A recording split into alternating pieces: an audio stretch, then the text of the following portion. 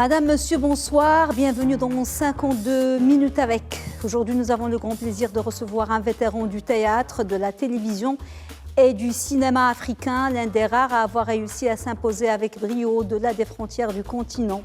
Acteur, metteur en scène, dramaturge et pédagogue à l'Académie de théâtre de Limoges et ailleurs, digne héritier des grands maîtres de la scène ivoirienne comme Biti Moreau et autres bienvenus Neba. Riche d'une quarantaine d'années d'expérience, un passionné du théâtre qui en impose à chacune de ses apparitions avec son charisme, sa prestance et son aura magnétique. Après avoir mis en scène, écrit et joué dans des dizaines de pièces de théâtre à la télévision, au cinéma, en Afrique et en Europe, il vient de s'illustrer au niveau international grâce à son rôle dans la série à grand succès Lupin, inspirée des aventures du gentleman voleur Arsène Lupin, une grosse production diffusée sur la plateforme Netflix où il campe le rôle de Babacar Diop, père de Hassan Diop, interprété par Omar Sy. Il est aussi dans le casting d'une autre grande série française diffusée sur la même plateforme, En place, de Jean-Pascal Zadi et François Ouzan, diffusée depuis janvier 2023. Notre invité d'aujourd'hui est Fargas Assondé, un grand homme de la scène artistique africaine et très sollicité, à la carrière passionnante et prolifique, un homme sans filtre, un artiste engagé qui se décrit lui-même comme un râleur social, un autodidacte qui a bataillé toute sa vie pour tracer son chemin, un chemin semé d'embûches et pour s'exprimer, faire entendre sa voix, une voix qui porte d'ailleurs dans le sens propre comme au sens figuré. Tout au long de sa carrière, Fargas Assondé a été couvert de prix et de distinctions, dont le prix du meilleur acteur au FESPACO, Festival panafricain du cinéma de Ouagadougou, Burkina Faso, celui du meilleur acteur aux écrans noirs, Festival du cinéma africain de Yaoundé au Cameroun. Il a aussi été honoré par le deuxième prix des arts et de la culture en Côte d'Ivoire et a reçu le prix d'honneur à la nuit ivoirienne du 7e art de l'audiovisuel, Nissa, à Abidjan en 2021. Et je suis sûre que d'autres distinctions ne tarderont pas à venir. Fargas Assondé, bonsoir. Bonsoir. Je suis très heureux, nous sommes très heureux de vous avoir sur notre plateau. Le plaisir est pour moi aussi. Toute possibilité de communication et de saluer le peuple marocain qui m'accueille depuis un certain nombre d'années est un honneur pour moi. Vous êtes le bienvenu, ce n'est pas la première fois que vous venez au Maroc, mais vous êtes là pour un beau projet avec l'ISADAC, l'Institut des arts dramatiques et d'animation culturelle. On va parler d'abord de ce beau projet. Oui, à l'invitation donc de la directrice que j'ai rencontrée en la faveur de ma première venue ici pour le festival Roots, où il m'a été demandé d'animer un masterclass à l'ISADAC. Nous avons gardé un lien très fort et une bonne communauté d'esprit sur un certain nombre de sujets sur lesquels nous avons débattu. Elle m'avait fait la promesse de revenir pour communiquer, échanger avec les jeunes étudiants. C'est chose faite aujourd'hui. Je suis donc là pour discuter, échanger avec eux autour de un sang fort du prix Nobel nigérian, donc africain, Wole Soyinka. C'est sur lequel vous travaillez. Vous êtes là pour pratiquement un peu plus de 3 semaines, 4 semaines, absolument, pour monter ce projet. On voit là les photos de la formation. Alors, cette envie de transmettre, de toute façon, de former, vous êtes pédagogue, vous vous définissez, vous êtes acteur, dramaturge, metteur en scène, mais vous êtes aussi pédagogue. Et puis, vous vous sentez investi d'une mission? Une mission, Non. Peut-être, le mot est très grand. C'est aux autres de le dire, mais je me suis dit, d'abord, je vis une frustration de n'avoir pas fait d'école de théâtre. Vous êtes autodidacte. Voilà. Et à partir de cet instant, je me dis que tant qu'il est possible de partager le peu que les rues d'Abidjan, les rues de Yaoundé, de Ouagadougou m'ont permis de sentir, c'est pour moi un devoir de partager parce que vivants que nous sommes, il va arriver un moment où partir sera une nécessité ou une exigence du sort. Et tant que nous sommes là, il est important de discuter, de dire ce qu'on a vu et d'apprendre aussi de ces jeunes gens. Parce qu'il n'y a pas que transmettre. Transmettre, c'est recevoir. C'est recevoir. Surtout que, comme vous l'avez dit, vous n'avez pas eu, vous, cette chance, parce que vous êtes né en Côte d'Ivoire, à Bangouanou, c'est un chef-lieu du département de la région Moronou. Moronou, oui. Oui, et vous n'avez pas fait d'études de théâtre ni de cinéma. Votre père faisait un autre métier. Absolument, mon père était chauffeur de bus. Oui. Paix à son âme, il nous a quittés il y a quelques années. Âme. Et j'éprouvais le besoin dans le petit quartier d'Abobo où je vivais, où on n'avait pas tout ce qu'on voulait. Et quand je me souviens que je n'avais pas toutes mes fournitures scolaires au complet chaque année, et que les fêtes venant, on était toujours inquiet de savoir est-ce qu'on aura un cadeau ou pas. Le besoin de dire ce qui était autour de moi, le besoin de parler de cette femme qui le matin fuit du regard ses enfants parce qu'elle n'est pas capable de leur offrir la bouillie du matin. Le besoin de dire aussi la douleur de ce père qui est obligé de sortir à 5 heures du matin pour éviter le regard de ses enfants. Le besoin aussi de dire d'où je viens. C'était important pour moi, il me fallait un vecteur, il fallait le dire.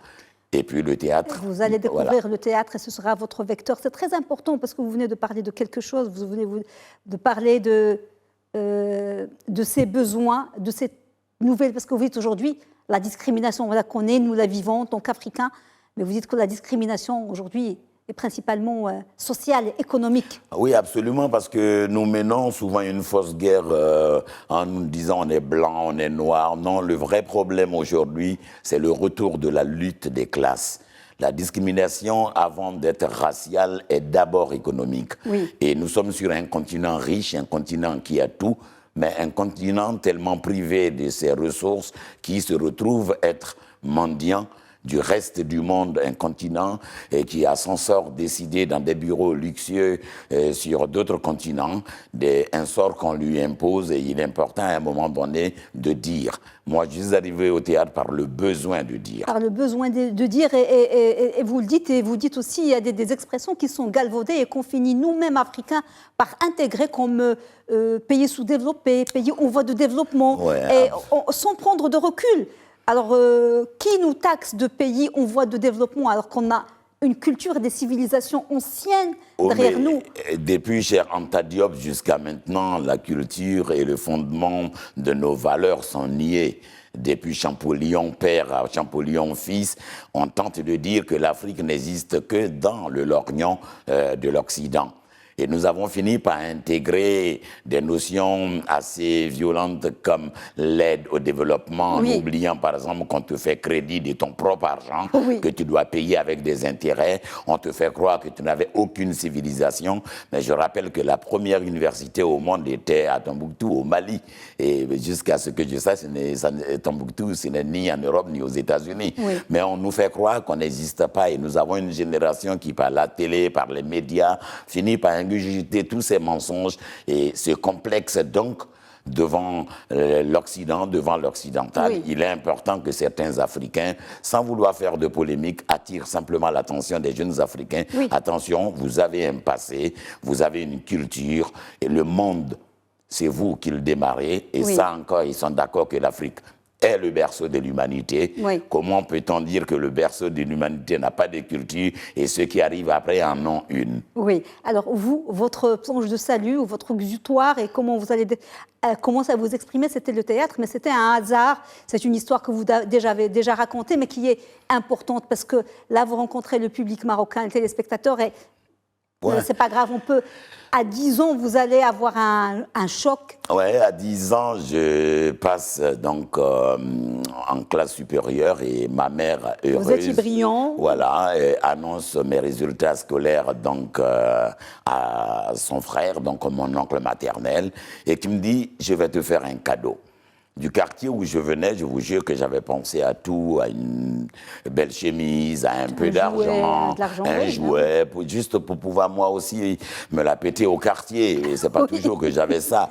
Et il arrive le samedi d'après, il me dit, accompagne-moi. Il était en compagnie d'une belle dame, l'image, je l'ai toujours dans la tête encore. Et bon, quand les aînés sont en train de discuter, les gamins ne parlent pas. On n'a pas droit au chapitre. Donc moi, muet, je les accompagne, on arrive devant une salle, il y a un attroupement, il y a des gens qui échangent, mais toujours pas droit au chapitre. Je suis, et il y a une cloche, et il dit, suis-moi, et je le suis dans une salle. La première frayeur de ma vie, j'arrive. La salle, l'obscurité. Voilà, le noir, l'obscurité, tout qu'est-ce qui se passe? s'éteint. Je me dis, qu'est-ce qui va se passer? La seule chose qui fait que je ne détale pas, c'est que j'ai mon oncle à côté de moi, donc Ça vous ça rassure. va. Ça me rassure. La lumière se fait dans l'espace de jeu. Je vois pour la première fois la tragédie du roi Christophe de Aimé Césaire, jouée à l'époque par les premiers étudiants ivoiriens à la Sorbonne et à Paris. Donc, et je remarque Bienvenue Débat, je remarque Ottawa Mathieu, je vois Betty Moreau, et je suis C'est des monstres subjugué. sacrés. Voilà.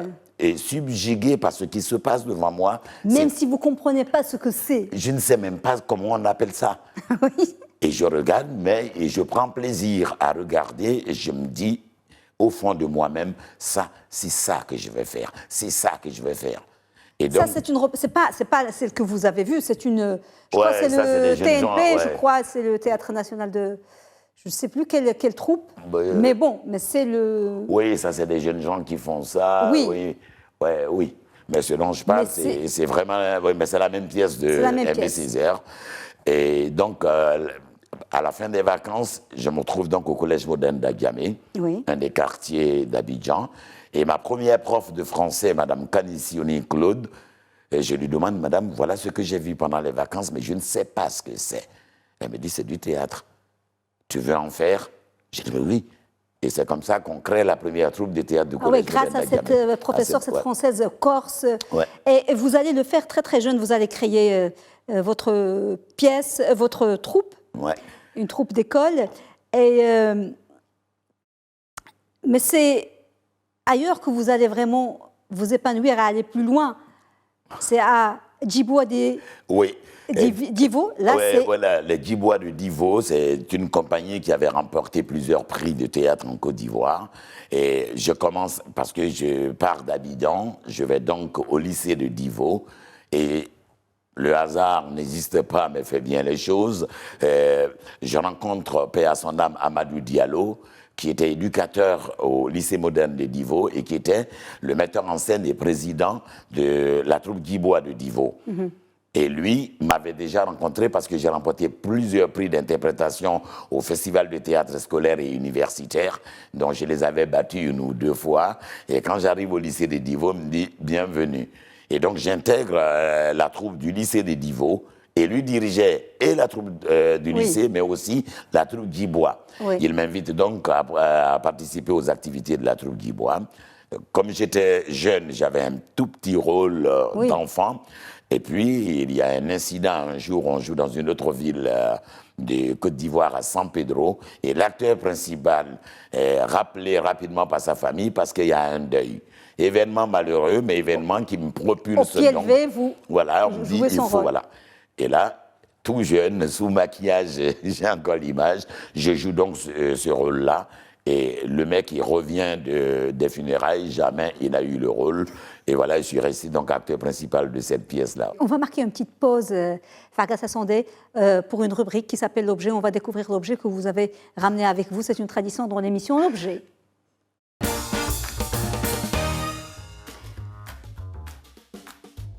Votre objet, Monsieur Fargas, C'est mon sceptre de commandement. c'est un vrai sceptre de commandement? Mais parce que ceux qui me l'ont offert, c'est pas moi qui l'ai acheté, c'est pour ça que cet objet m'est Ah. cher. En 2022, je participe à Bangui fait son cinéma donc en République centrafricaine. J'anime un masterclass avec les jeunes comédiens en interprétation à ce festival, et à la fin, le jour de la clôture, donc pas du festival, mais de la série des formations, parce qu'il y en avait dans plusieurs domaines, ils me reçoivent dans une salle et ils me disent « Vous êtes notre modèle, nous voudrons suivre votre chemin, nous vous donnons donc le bâton de commandement ». En Côte d'Ivoire, c'était pas le néant, il y avait de grands noms. Vos maîtres, voilà, ouais, Betty Moreau, on va Betty voir leurs Moreau, photos, ouais. Bienvenue Neba. Il y a eu d'autres qui étaient mes Il y a amis, comme d'autres, Niagoura Porquet. Oui. Ouais. Et en 85, vous allez fonder La compagnie la Zassa, compagnie Nzassa, qui existe encore, qui existe encore. avec Achowayer et Wassa Casimir. Wassa Casimir. Ashowayer nous a quittés il y a quelques années, Wassa Casimir est encore là. Oui. Et puis, on a décidé d'appeler cette compagnie Nzassa. Et au cours de la conférence de présentation, j'ai annoncé que le monde, l'avenir est métis.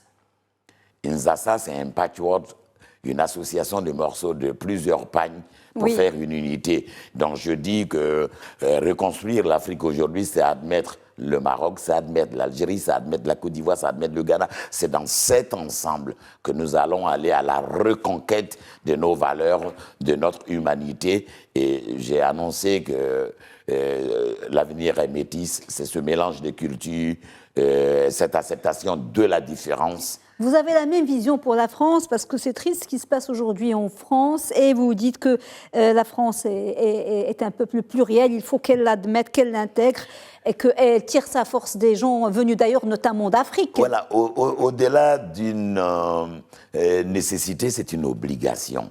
On ne peut pas refaire le monde. La France a eu besoin du sang africain dans ces heures pathétiques avec l'Allemagne en face. Blaise Diagne a fait le tour de l'Afrique. On nous a dit, venez, vous aurez les mêmes droits que nous. Vous êtes nos frères. Nous sommes allés sans savoir l'origine du conflit. Ceux qu'on a baptisés abusivement plus tard les tirailleurs sénégalais. Voilà, les tirailleurs. Les tirailleurs sénégalais ou les algériens. Il y avait des Algériens, il y avait des Béninois, des Ivoiriens. Des Marocains dans l'Indochine. Voilà, partout. Et ceux-là, aujourd'hui, on a du mal à recevoir leurs descendants, mais ça ne commence pas aujourd'hui. Moi, je rappelle tout simplement au monde comment est arrivé le camp de Tiaroy et son massacre. Ça vient du blanchiment des troupes à la fin de la guerre pour faire belle figure et faire de belles photos. Oui. On a déshabillé des soldats africains pour habiller des gens qui s'étaient cachés dans des maisons tranquillement et qui n'ont pas vécu la violence de la guerre dans les tranchées. Et pour faire les photos, on les ramène à Tiaroy pour dire bah, écoutez, on va vous tuer pour vous remercier, mais sur votre propre sol. Et donc, il y a tous ces événements qui sont là, mais n'empêche que l'histoire de la France est construite avec l'Afrique, avec ses ex-colonies, si tant que ces colonies sont encore ex. Parce que dans le fonctionnement, j'ai encore l'impression que ex est juste pour nous dire que vous êtes indépendant, mais vous êtes dépendant. Parce que quand on vous dit que vous êtes... Même si l'Afrique prend... Ces dernières années, ces distances, il y a une prise de conscience. Oui, mais heureusement qu'il y a une prise de conscience. Gageons que cette prise de conscience se formalise et se formate et vive réellement. Parce qu'aujourd'hui, quand on vous dit que vous êtes indépendant, mais on gère vos ressources pour vous, en quoi êtes-vous indépendant? De Gaulle l'a bien signifié. Vous êtes indépendant, mais nous gérons vos moyens. Donc il faut peut-être arriver à un moment donné à revoir les équilibres. Parce que moi, quand je me lève à Paris, je bois une tasse de café. Et quand je suis content, ou pour être content, je mange une plaquette de chocolat. D'où vient ce café? Voilà, Dieu seul sait qu'on vous parlera de la qualité du chocolat suisse. Ça pousse pas à Bordeaux? Du café. Oui, pas du tout. À Marseille non plus, je n'en ai pas vu, pas pour le moment, je n'ai pas parcouru toute la France. Mais c'est impossible. Et quand j'imagine, par exemple, que le prix d'une tasse de café dans le plus petit café, le café le plus minable de Paris, coûte plus cher qu'un kilo de café acheté aux producteurs, et quand celui qui plante le cacao en Côte d'Ivoire, qui est le premier producteur mondial, ne sait même pas à quoi ressemble une plaquette de chocolat. C'est clair. La France doit beaucoup à l'Afrique pour la culture, l'économie, la langue. Voilà. Alors, on va parler de votre carrière. Le cinéma, votre baptême de feu, c'était Wariko. Wariko, oui. Wariko avec l'ancien Karamoko. Alors voilà, vous étiez déjà, vous avez votre place, vous faisiez du théâtre, vous avez votre troupe, vous avez accepté vous avez accepté ce rôle. Voilà, ce rôle de flic dans Wariko. Dans Wariko. Oui. Vous avez pris goût au cinéma? Je veux dire que je suis passé un peu par là inconsciemment parce qu'on m'a appelé, on m'a dit viens jouer, j'ai joué. Je n'avais aucune évidence, je suis parti comme on passe dans une rue. Et ma vraie rencontre avec le cinéma va venir avec feu Henri Duparc. C'était une vraie rencontre, Henri Duparc. Une vraie rencontre parce que j'ai toujours ma gueule de râleur, donc difficilement approchable. Donc les réalisateurs ivoiriens comme Ignorant Bala et autres avaient peur, entre guillemets, de me rencontrer. Parce que moi, quand je ne veux pas, je dis. Non. Je dis non, je tiens ça de l'Almami Samori Touré qui a dit avant sa déportation au Gabon, quand un homme refuse, il dit non. Et donc, j'allais au FESPACO, et je rencontre Henri Dupac à l'aéroport. Il me dit, il paraît que tu es un râleur. J'ai dit, oui, mais ça ne se voit pas suffisamment. On en rit, il me dit, tu vas, pourquoi? Je dis, je vais voir les films des autres comme je n'en fais pas. Et donc, on discute un peu à Ouagadougou. Il me dit, tu passes me voir quand tu rentres à Abidjan. Il paraît aussi que tu écris. Qu'est-ce que tu écris? Des conneries? J'ai dit, comme toujours. Donc, on en rit. Et puis, quand on se retrouve à Abidjan, il me fait passer vraiment à l'école chinoise. Il me donne 3 rendez-vous à son bureau, il n'y est pas. Et la 3e fois, son secrétaire qui appelle, qui dit, mais Fargas... C'était de la provoque Voilà, juste voulait ma capacité de résistance, quoi. Et donc, il me dit, dis-lui de m'attendre. Il arrive, il me dit, j'ai 3 sujets pour toi. Essaie d'écrire et puis tu reviens la semaine prochaine. Bonne journée. Mais de façon lapidaire, il me jette presque. Je crois, comme une porte de prison. Voilà. Donc, je prends, je m'en vais, puis j'écris très rapidement parce que j'avais besoin aussi de lui dire, de répondre à ce qui me vexait. Pas par insolence, mais lui dit, je suis capable de faire. Donc j'écris 3 jours après, il me rappelle, me dit, j'ai dit 1 semaine, je pense que je dois le lire maintenant. Viens. Donc j'arrive, je lui présente ce que j'ai écrit. Il lit, et je suis assis, je le regarde, il lève la tête, me dit, OK, il prend tout ce que j'ai écrit. Il déchire. Il déchire, il met à la poubelle, et il sort son chéquier. Et il dit, non, c'était juste pour un essai. Il me dit, tu vas sortir de mon bureau si tu ne prends pas ce que je te donne, parce que chez moi, tout travail doit être rémunéré. Même s'il l'a jeté à la poubelle. Oui, mais parce qu'en fait, ce n'est pas le sujet qui l'intéressait. Il voulait c'était juste un test. Il voulait voir ce que vous valez. Vous allez tourner avec lui Caramel, je m'appelle Fargas. Avant Caramel et Fargas. Je m'appelle Fargas, qui dérive de droit et devoir, parce qu'on s'est rendu compte dans une discussion que l'une des lois fondamentales de la justice, c'est que nul n'est censé ignorer ses droits. Savons-nous seulement, quel que soit notre niveau scolaire, quand on n'a pas fait de droit, lire et décoder les droits? Non. Donc on a essayé dans une série, avec le soutien des gens de la Ligue ivoirienne des droits de l'homme, de mettre donc en scénario les droits de l'homme. Et voilà, de cette série est sorti Je m'appelle Fargas, parce que j'avais un rôle principal dans ce truc-là. Voilà. Dans ce film. Alors, vous allez continuer le théâtre, des dizaines de pièces de théâtre. La dernière, je crois, c'est En attendant Godot, c'est la dernière. Non, la dernière, c'est Là-bas. C'est Là-bas, c'est Là-bas, avec Yaya Mbile, voilà. que j'ai eu le plaisir de recevoir sur ce plateau, même grande comédienne. Ouais. Et puis, En attendant Godot, Là-bas, voilà, ça c'est Là-bas. Oui, Là-bas, ça, c'est une capture d'écran. Oui, Là-bas, mais venu. C'est particulier, ce sujet. Oui, sur l'immigration, mais vu sous un autre angle. Parce que la meilleure technique ou le meilleur moyen pour dénigrer l'Afrique, c'est toujours présenter ceux qui sont en train de crever dans la Méditerranée. C'est voir ceux qui sont sur les trottoirs à Paris ou autres villes européennes. On a l'impression que les parents africains, fatigués de leurs enfants, les livrent un peu à la mort. Mais qui sait la douleur de ces parents qui n'ont pas de nouvelles de leurs parents, de leurs enfants. Donc j'ai voulu prendre pour repère une famille très conservatrice, une famille Dogon, donc forgeron et potière pour la mère, qui ont un fils qui doit donc être l'héritier de ce forgeron-là, et qui part et qui ne revient pas. Ouais. Est-il mort? N'est-il pas mort? Et donc c'est cette trajectoire que je fais suivre à ces 2 personnages-là, pour s'interroger sur le lien. Le fils ne revient pas, peut-on l'enterrer? Et je suis parti du principe que là-bas, dans ma langue maternelle, veut dire l'au-delà, mais là-bas, c'est aussi l'autre rive, c'est aussi l'Occident, c'est aussi cet ailleurs-là qu'on ne connaît pas. C'est une pièce que vous avez écrite, oui. que vous avez mise en scène et où vous jouez. Voilà, que je joue avec, souvent, vous jouez dans vos propres pièces. Oui, vous arrive souvent de. Ça m'arrive, vous êtes comédien et vous aimez. Je lis des pièces de théâtre, voilà, je lis des pièces de théâtre et quand ce que j'ai envie de dire, je ne le trouve pas dans un autre écrit, je me soumets à l'écriture.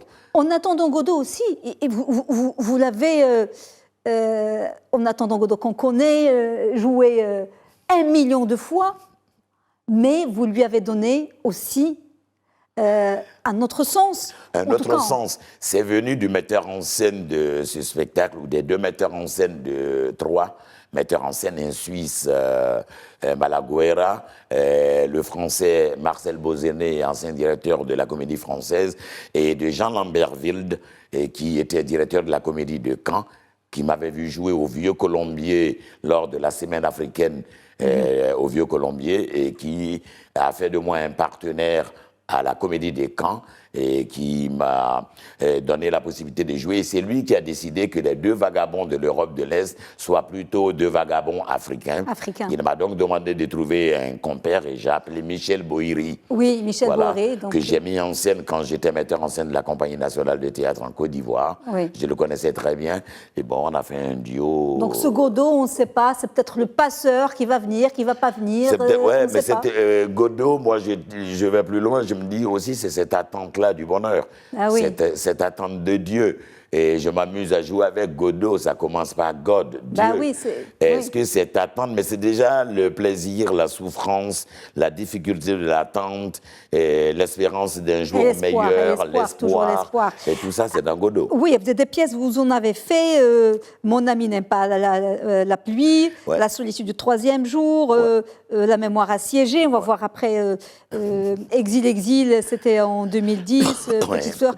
Et puis il y a eu, dans votre carrière, avec Sékou Traoré, un film, coup de poing particulier. Ça, c'est Mon ami n'aime pas la pluie. Oui, Mon ami n'aime pas la pluie. C'est L'œil du cyclone. Ouais. Est-ce que vous considérez que c'est l'une... Vous en avez fait des choses dans votre carrière, mais de vos œuvres, je ne sais pas, majeures, qui ont compté pour vous, dont vous êtes fiers, j'imagine, de toute votre carrière. Mais ce film-là, est-ce qu'il a une place particulière dans votre cœur? Oui, il y a une place particulière parce que cette aventure du cinéma sur L'œil du cyclone démarre par une pièce de théâtre.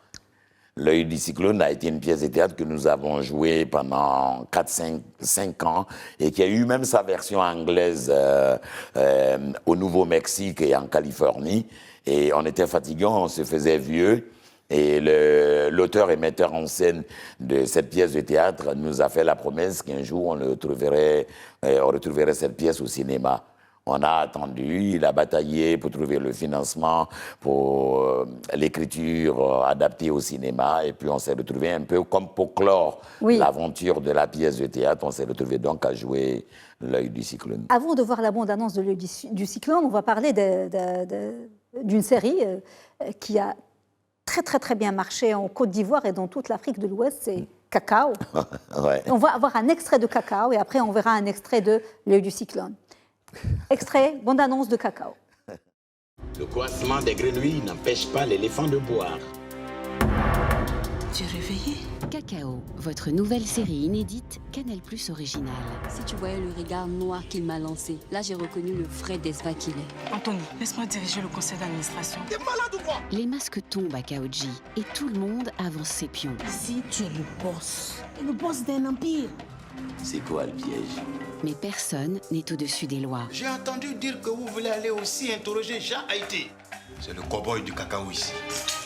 Pour préserver ce trésor et ne pas le laisser pourrir, oser s'en prendre à mes enfants. Chacun devra élaborer des plans encore plus diaboliques. Maintenant, on fait quoi? T'as un plan? 2 familles pour un trésor. Cacao. Cette série a été un tournant dans l'histoire de la télévision ivoirienne. Oui, de la télévision ivoirienne, parce que oui, on avait quelques séries télévisées, mais qui n'étaient pas vraiment des séries marquantes. Et puis le réalisateur donc, de ce projet m'a appelé pour me demander de camper ce personnage de self-made man qui a fait son chemin dans le cacao. L'Empire aussi, une grosse mafia africaine. Et j'ai pris plaisir à partager le plateau avec Serge Abessolo, qui est gabonais, et puis d'autres artistes ivoiriens. Ça a été un moment intéressant. Et je crois que ça a beaucoup été aimé, puisque quand je passe dans beaucoup de capitales africaines, on me rappelle encore Cacao. Cacao, il y a une série qui a beaucoup marqué, faite avec les standards de la qualité, le professionnalisme aux standards internationaux. Et on ne va pas bouder notre plaisir et voir la bande-annonce de L'œil du cyclone, qui est sur... vous allez nous pitcher après le film sur les enfants soldats. On voit la bande-annonce. Serais-tu prête à plaider une affaire aux assises? Il n'y a pas eu d'assises depuis 2 ans. Justement, Emma, je t'offre le procès du siècle.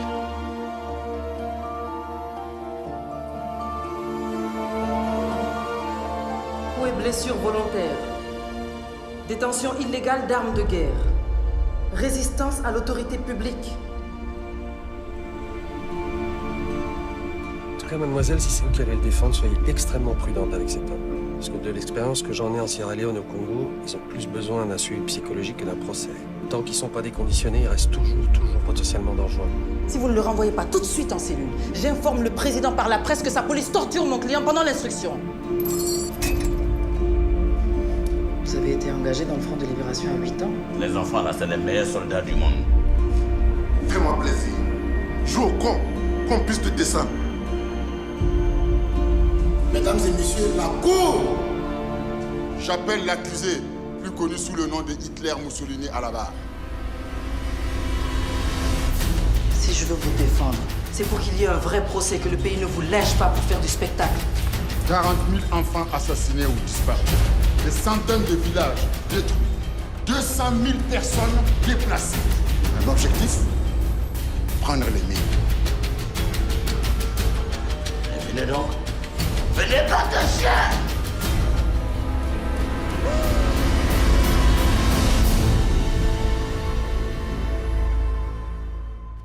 Un film...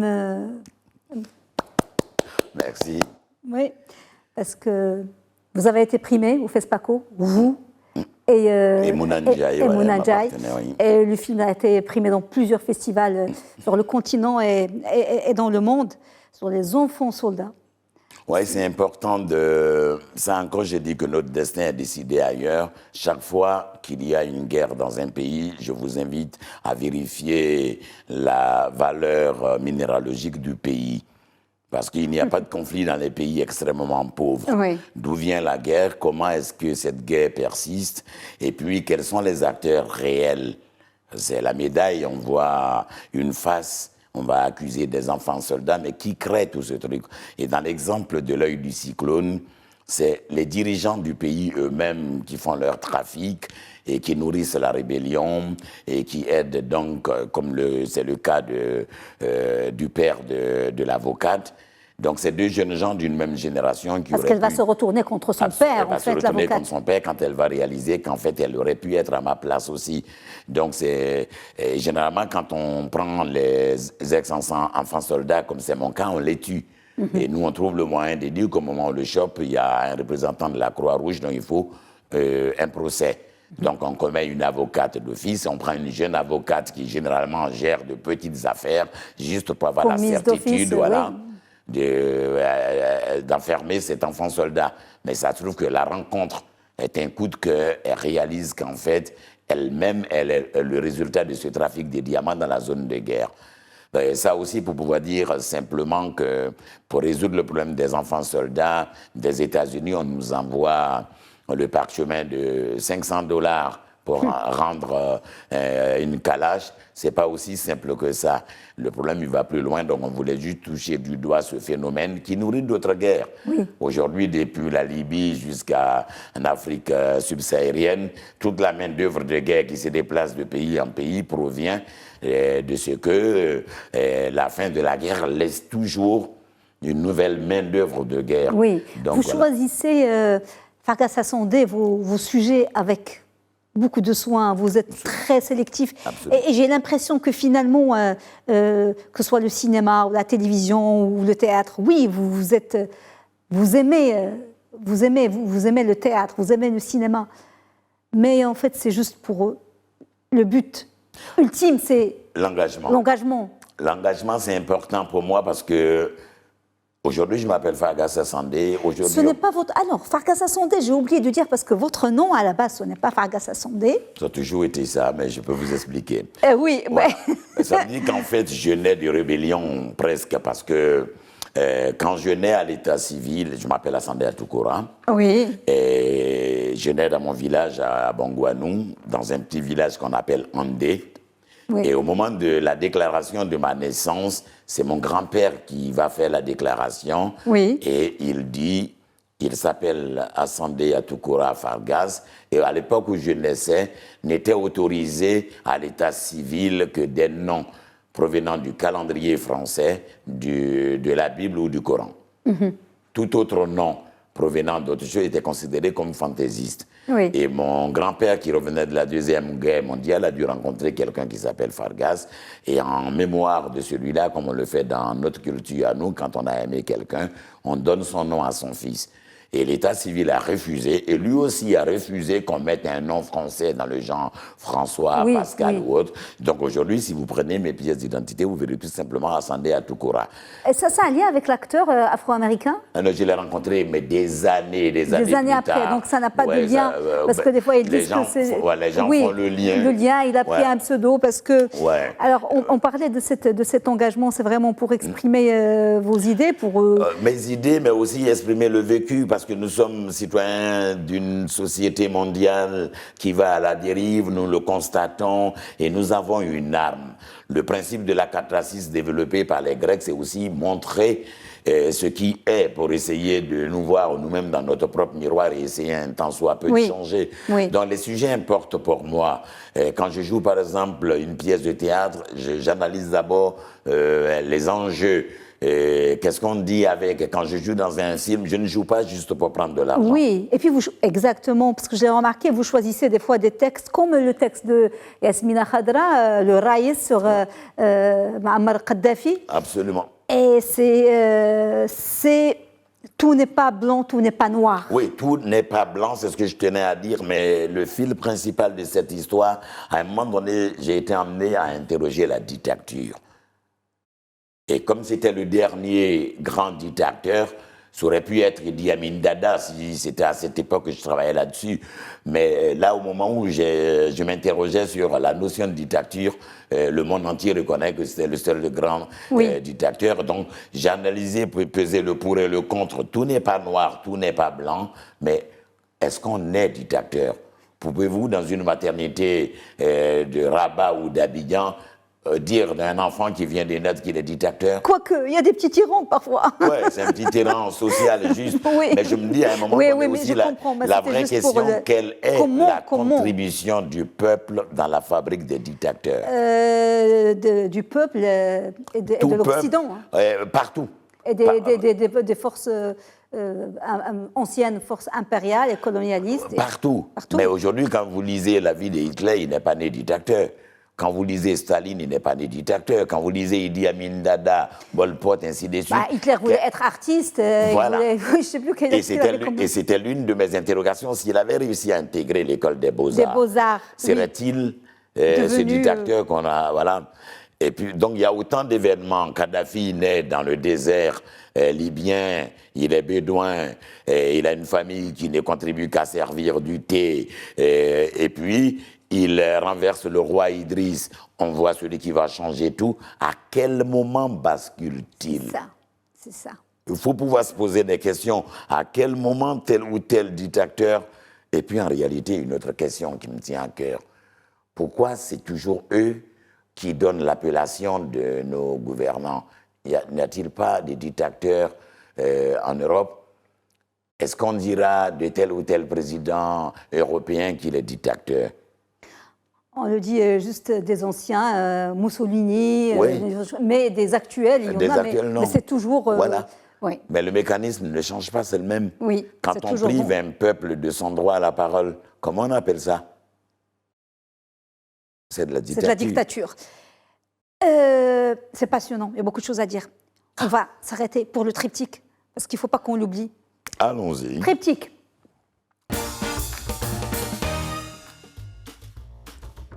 Je ne connais pas les photos, je les ai reçues, on va les découvrir ensemble. Ah oui, cette photo, c'est 2018, quand je suis invité à être intervenant à l'Académie des théâtres de Limoges. Où vous enseignez. Voilà, et c'était ma première intervention là-bas, et ça tournait autour de la mise en scène de Monologue d'or et Noces d'argent de Sonny Laboutancy. Donc c'est un moment important parce que c'était absolument, ça bascule aussi, voilà. Deuxième photo. En attendant Godot. En attendant Godot, voilà. Bien sûr, qui a été salué. La presse était unanime en France. Il y a des articles dont cette version de Godot, les titres les plus prestigieux, Le Monde, Libération. Troisième photo. Et là, ça doit être Ça date un petit peu? Ouais, mais attends, je regarde bien. 1998. D'accord. Je suis en résidence d'écriture au Festival des Francophonies à Limoges et on me demande d'intervenir dans un spectacle déambulatoire pour l'inauguration de la médiathèque actuelle de Limoges. Je travaille avec des acteurs belges et puis après une pause, on fait une balade et on découvre que cette maison que vous avez derrière, Oui. c'est là qu'avait habité Jean-Baptiste Poquelin à l'époque, Molière, à l'époque quand il est passé à Limoges. C'était, pour ce que représente Molière pour le théâtre dans le monde, un moment important. On a tous posé devant cette maison. Donc Oui. je pense à Poquelin, à Molière, je pense à mes amis belges sous la direction de Jean-Claude Idé. Oui. Je pense à l'inauguration de cette médiathèque où mes enfants aujourd'hui vont prendre des livres. Prendre des livres, c'est très important parce que vous me faites une transition toute faite, parce qu'on va finir, c'est pas la cerise, c'est pas le meilleur pour la fin, non, non, non, parce que votre carrière, ce n'est pas Lupin qui l'a fait, mais c'est juste Le une plus besoin de grande savoir, visibilité. absolument. Alors, il y a un destin, il y a une boucle. Comment vous avez su ça? Vous avez fouiné, grave, là. C'est mon travail. Les livres. Votre premier livre, c'était quoi? Ben, c'est l'Aiguille creuse d'Arsène Lupin. Voilà, l'Aiguille creuse. Et que j'avais les 3 dernières pages en moins. Et vous, est-ce que vous avez trouvé? Dans une poubelle Dans une poubelle d'expat. Au plateau, c'est le centre des affaires d'Abidjan, où j'étais à l'école primaire. Et les midis, on ne pouvait pas retourner à Bobo, c'était assez loin. Donc mon frère et moi, on recevait de l'argent pour rester le midi au plateau et manger. Et moi, j'ai commencé à lire Zambla, Blake, Hakim. Oui. Et puis, je faisais les poubelles à la recherche de livres et je tombe sur ce livre, à moitié d'ailleurs, j'avais quelques pages à la fin. Vous avez accroché tout de suite. Donc, je récupère et, tenez-vous bien, je lisais dans les toilettes. Oui. Je lisais dans les toilettes parce que nous, on est d'une génération où l'oncle pouvait à tout moment te demander d'aller faire quelque chose sans tenir compte de tes occupations à toi. Donc, les meilleurs moyens pour moi, je faisais semblant d'aller prendre ma douche pour avoir la paix et je lisais. Et une 40aine d'années plus tard, pour ne pas dire une 50aine d'années plus tard, je suis sur le tournage de Cacao. Je rentre le soir épuisé, donc je regarde mes messages Facebook et autres, et je vois un message. Où êtes-vous? On a besoin de vous pour un casting. Et comme la personne qui me mettait le message n'était pas une de mes amies sur Facebook, j'ai la possibilité de lire le message et ne pas répondre. Donc j'ouvre, je vois toutes les infos et moi je rappelle, je mets un message, je dis désolé, ça ne va pas le faire, je suis loin, je suis en Côte d'Ivoire, je suis en train de tourner une série. La personne réplique, vous rentrez à quelle date? Je donne les dates. Parfait. Donc j'arrive sur Paris. Je rentre d'abord à Limoges, je reviens à Paris pour le casting. Ce jour-là, la personne qui m'a mis le message, j'ai pas là une grippe. Donc je travaille donc avec le directeur de casting. Je termine, il me dit, vous avez 1 minute? Je dis oui, pourquoi? Il me dit, on va boire un verre, je crois que je vais faire une boutique. Je comprends rien. Parce qu'il avait tenu. Voilà, pour lui c'était moi. Mais c'est la réalisation. Mais vous ne saviez pas c'était quel rôle? Je ne savais pas. Quel film, ni rien? Je ne savais pas. Donc, on prend ce verre-là rapidement, je poursuis mon train, je rentre à Limoges. Et puis, 2 mois après, je reçois une carte d'invitation pour le pot de lancement des Lupins. Mais on ne m'a pas dit, je suis retenu, rien du tout. Je ne paye pas le train de Limoges à Paris pour aller boire un pot, quoi. Oui, c'est clair. Il y a des bars à Limoges. Donc, j'appelle Nathalie, je dis, mais Nathalie, je ne comprends rien du tout. Est-ce que je dois payer le transport venu? Elle me dit, t'es con ou quoi? Si on te demande de venir au pot de lancement, c'est que c'est bon pour toi. Ton agent ne te l'a pas dit. J'appelle Dominique, il me dit, ah oui, j'ai oublié de te le dire. OK, donc ça se fait comme ça. Et puis je croise le réalisateur, Louis Leterrier, ce jour-là. Je ne le connaissais pas, mais j'ai su qu'il avait fait Terminator 2, qu'il avait fait Le Camionneur, qu'il avait fait L'Incroyable Hulk, des films à succès Invisibles, quand même. je crois. Oui, je crois. Oui. Et c'est toute la jeune génération qui a suivi Luc Besson aux États-Unis. Et il fend la foule, il me dit, Babacar. Babacar. Donc, c'est le rôle. Il vous demande de camper le rôle du père d'Arsène Lupin, Omar Sy. Et c'est un succès incroyable parce que la série a été visionnée 70 millions de fois en une semaine. C'est le plus gros démarrage d'une série française sur la plateforme. Le second meilleur lancement après Witcher, qui avait comptabilisé 76 millions de vues. On voit la bande-annonce de Lupin. Je suis agent d'entretien. Les œuvres d'art que je nettoie. Vendredi prochain, ils vont vendre un colis aux enchères. On va le voler. Vous entrez balayeur et vous sortez millionnaire. Des questions? Ouais. Et pendant que nous, on risque notre peau, toi, tu fais quoi? Moi, j'achète le collier.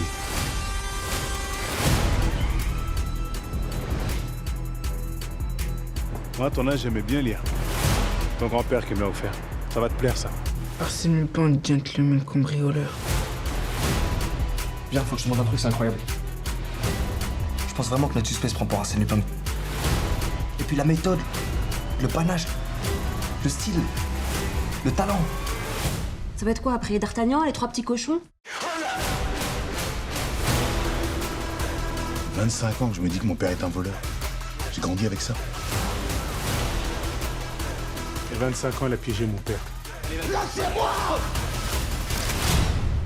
Je veux le venger de Pellegrini. Tout ça, c'est un jeu. Un jeu avec des règles. Et c'est moi qui les fixe. C'est exactement ça. Comment s'est passé le tournage? Comment a été la rencontre avec Omar Sy? C'est une des personnalités, maintenant, parmi les personnalités, c'est la personnalité préférée des Français. Ouais, Est-ce qu'il est il a sur été le plateau pendant aussi longtemps. agréable en tant qu'homme qu'en tant qu'acteur? J'ai pas eu des scènes directes avec lui Oui, sur le plateau oui, parce c'est que le je principe joue des avec, grandes, voilà. ouais. Mais on s'est rencontrés après les tournages. Quand il arrivait, moi je finissais, ou quand j'arrivais, lui il finissait, mais jovial comme on le voit à l'écran. Oui. Il diffuse une énergie incroyable, un partage incroyable. Et je retiens, au-delà de l'acteur, moi je retiens l'homme. L'homme dans son envie de dire, parce qu'aujourd'hui, c'est un militant, il a son engagement à lui. Oui. Et les sujets les plus brûlants en France, il intervient. Et non, et je retiens aussi une belle image quand on tournait à la prison de Bois d'Arcy. Les prisonniers avaient demandé à le voir, évidemment, ils ne pouvaient pas passer de cellule en cellule. Oui. Il a dû se mettre dans la cour de la prison.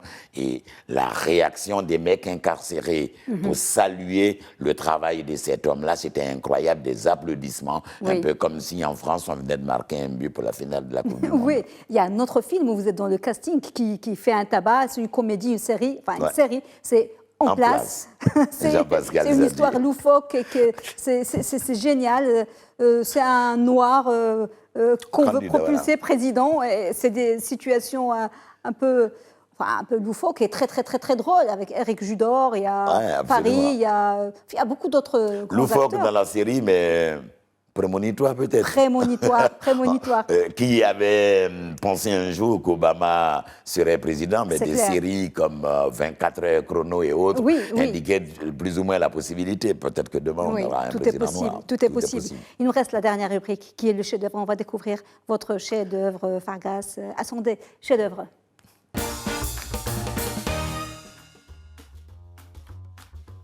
Vous avez choisi un monument du cinéma. On découvre et vous nous dites pourquoi, même si... D'accord.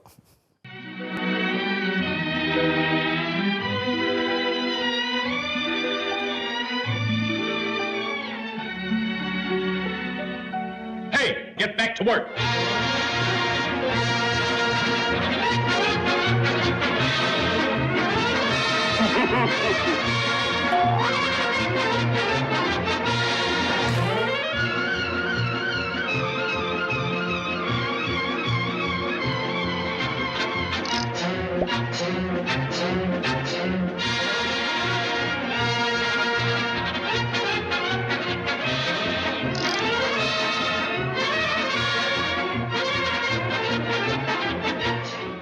Désolé, vous avez choisi Chaplin, mais vous avez choisi Chaplin, les mais lumières de la ville. Parce que je peux dire que toutes les œuvres de Chaplin sont des chefs-d'œuvre, mais là où lui-même il le dit, où la presse aussi le précise, c'est le seul tournage qu'il fait en 190 jours. Le plus long, le plus fastidieux, mais le plus brillant, comme le titre l'indique, les lumières de la ville. C'est aussi cette histoire d'amour incroyable, improbable, entre une fleuriste aveugle qui se voit acheter des fleurs avec un vagabond mais amoureux. Elle ne voit pas qui achète les fleurs et qui lui donne de l'argent plus tard. Elle commence à croire que c'est un millionnaire ou un milliardaire qui l'aiderait peut-être à guérir de son mal et lui mènera tout le combat. La Providence faisant et un milliardaire va lui offrir une voiture, plus de l'argent. Et quand le film finit, quelle va être la réaction de cette jeune fille quand elle recouvre la vue? Mais tout au long du film, on voit aussi la dextérité de Charlie Chaplin. On voit aussi son exigence au travail. Et comme j'ai travaillé un peu aussi sur, à cause du Godot, on a vu beaucoup de films de Charlie Chaplin sur le port et tout le travail du mime. Et moi, je pense que Charlie est fondateur de ce que le cinéma est aujourd'hui, tant dans son côté burlesque, loufoque, que dans son côté sentimental, romantique. Vous aussi, quand vous jouez, vous pouvez être drôle dans des comédies, vous pouvez être dans des beaucoup plus graves, dans des tragédies. Merci beaucoup, Fargassa Sondé, de nous avoir fait le plaisir d'être sur notre plateau aujourd'hui et de découvrir avec vous votre parcours. Et je vous souhaite le meilleur et beaucoup de belles choses à venir. Et bon courage pour le projet avec les étudiants de l'ISADAC. Entre autres choses meilleures que je retiens déjà, c'est le début d'une chose meilleure, le fait d'échanger avec les jeunes de l'ISADAC, le fait aussi, en 2 ans, d'être venu 3 fois au Maroc pour contribuer à ma manière à l'excellent projet, l'excellente politique culturelle mise en place par Sa Majesté et qui est pour moi un repère pour toute l'Afrique. Il est important que tout Africain, d'où qu'il vienne, de son niveau qu'il soit, contribue à la mise en place de ce projet. On va avoir Rabat, capitale africaine du théâtre, Rabat, capitale africaine de la culture, et le rayonnement ne sera que plus intéressant pour tout le reste de l'Afrique. Oui, on l'espère. Merci beaucoup, Fargassa Sondé. Merci à vous. Merci, à bientôt. Merci, à bientôt. Madame, monsieur, merci beaucoup de nous avoir suivis. Bon, suite des programmes sur Média TV. Très belle soirée.